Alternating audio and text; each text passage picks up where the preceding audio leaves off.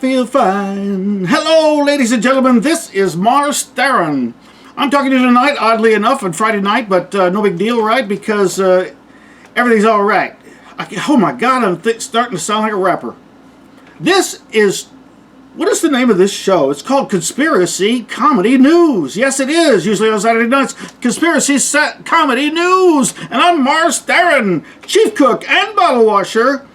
And I'm going to be telling you about what has happened this past week and how it relates to everything in our lives. Oh, it's going to be so amazing. There's been so much going on. So let's get ready for the news. Let's see. Oh, of course, the G20 is going on. Right now, they're rioting. They're rioting still. They've been rioting since. I mean, they're kind of ahead of us. So they're deep in the night, and they're just going crazy out there. More about that in a moment. So let's see what's going on. The United States and Russia, they've reached a deal on a truce in southwestern Syria. They did. It's insane, I tell you. Russian Foreign Minister Sergei Lavrov, he said it on Friday, so it must be true. The man wouldn't lie. He said Putin and Trump agreed on a truce deal during talks held in a constructive atmosphere on the sidelines of the G20 summit in Hamburg. They'll probably tell us more about that later on. But, you know, this is the leaking. I was hoping, a lot of us are hoping, Putin and Trump need to get face-to-face and talk things over.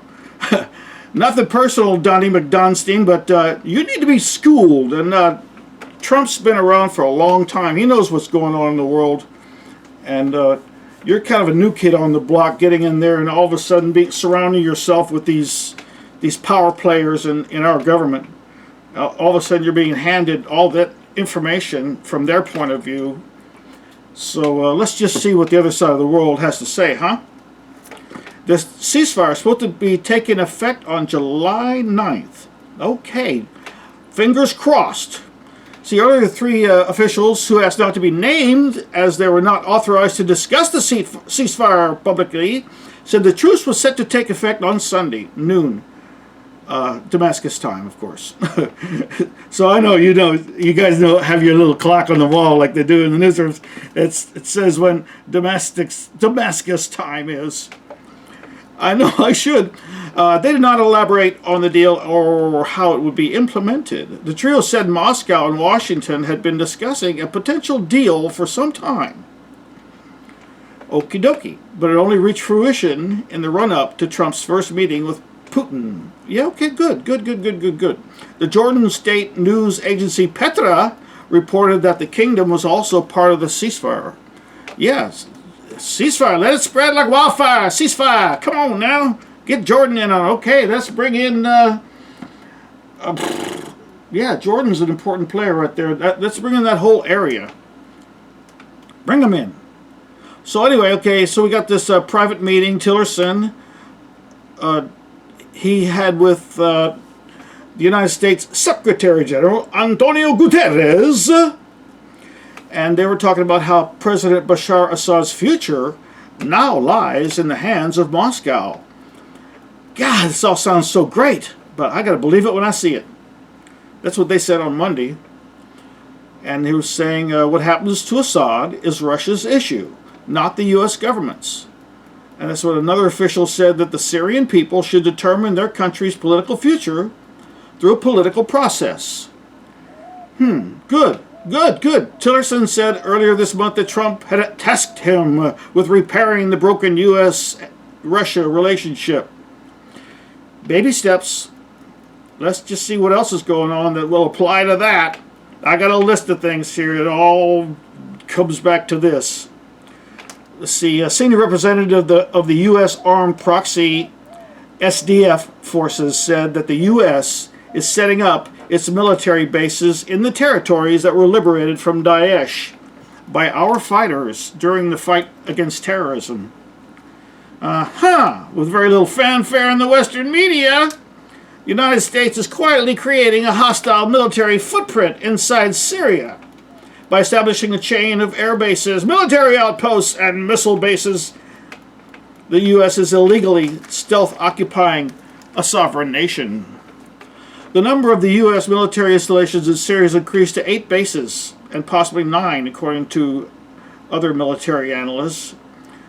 Yeah, so we'll just have to see if this agreement between Trump and Putin is going to get them to start dismantling those military presence. And, it's like our country has got a long, sordid history of going in and staying.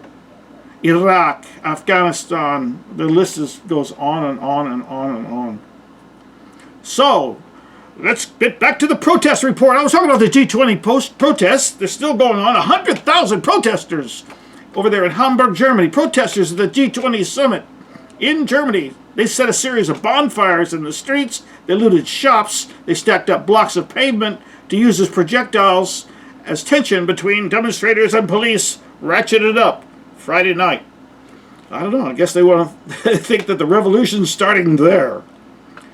Maybe. G20, you're gonna have to start at home and work your way up. That's not really the representatives of the world, although they think they are, don't they?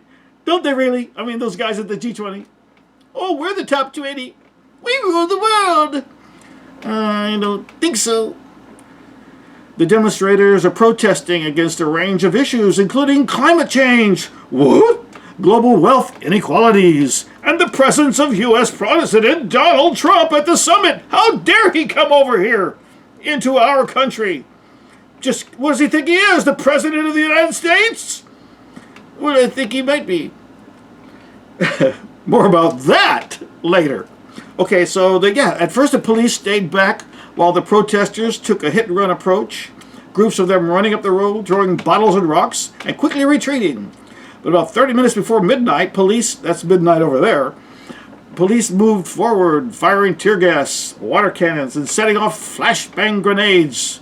Boom, boom, boom, boom. Protesters hurled bottles of looted champagne into the fires. Why would they do that? Perfectly good champagne, they throw it into the fires. It's not going to burn. It's champagne. It's going to put out the fires. It's counterproductive.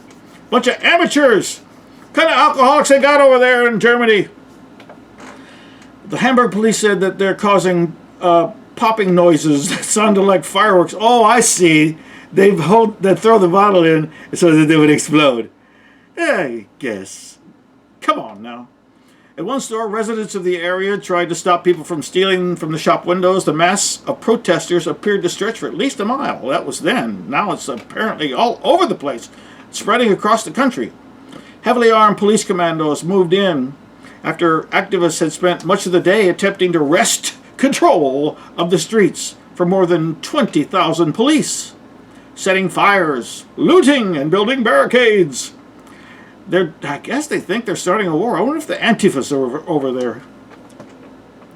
With meetings between leaders of the club of 20 largest global economies over for the day, police prepared to storm the Schanzenviertel district.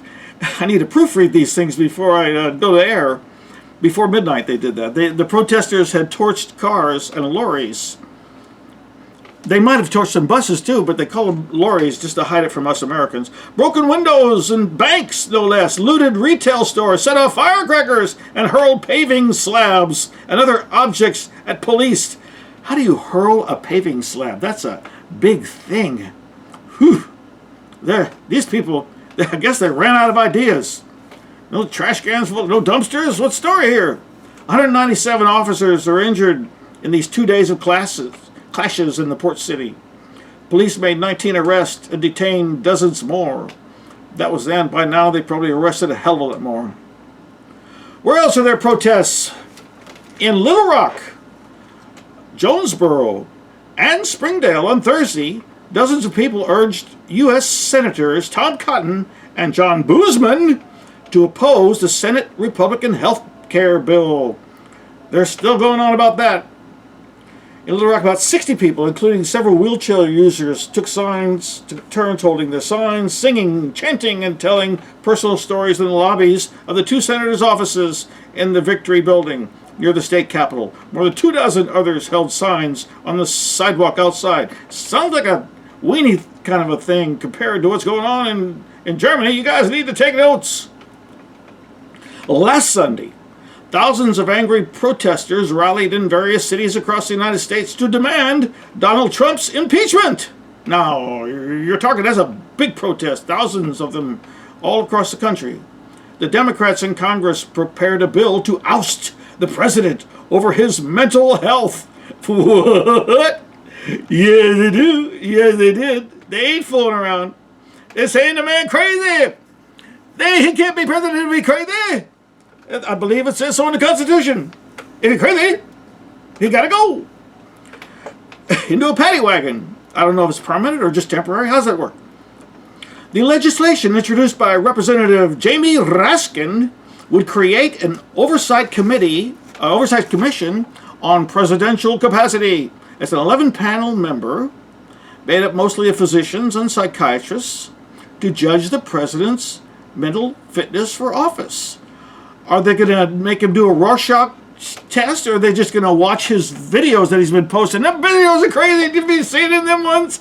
That one he got where he was, that old wrestling video that he had back when he was... The man, Trump, is actually a Hall of Famer in the World Wrestling Federation.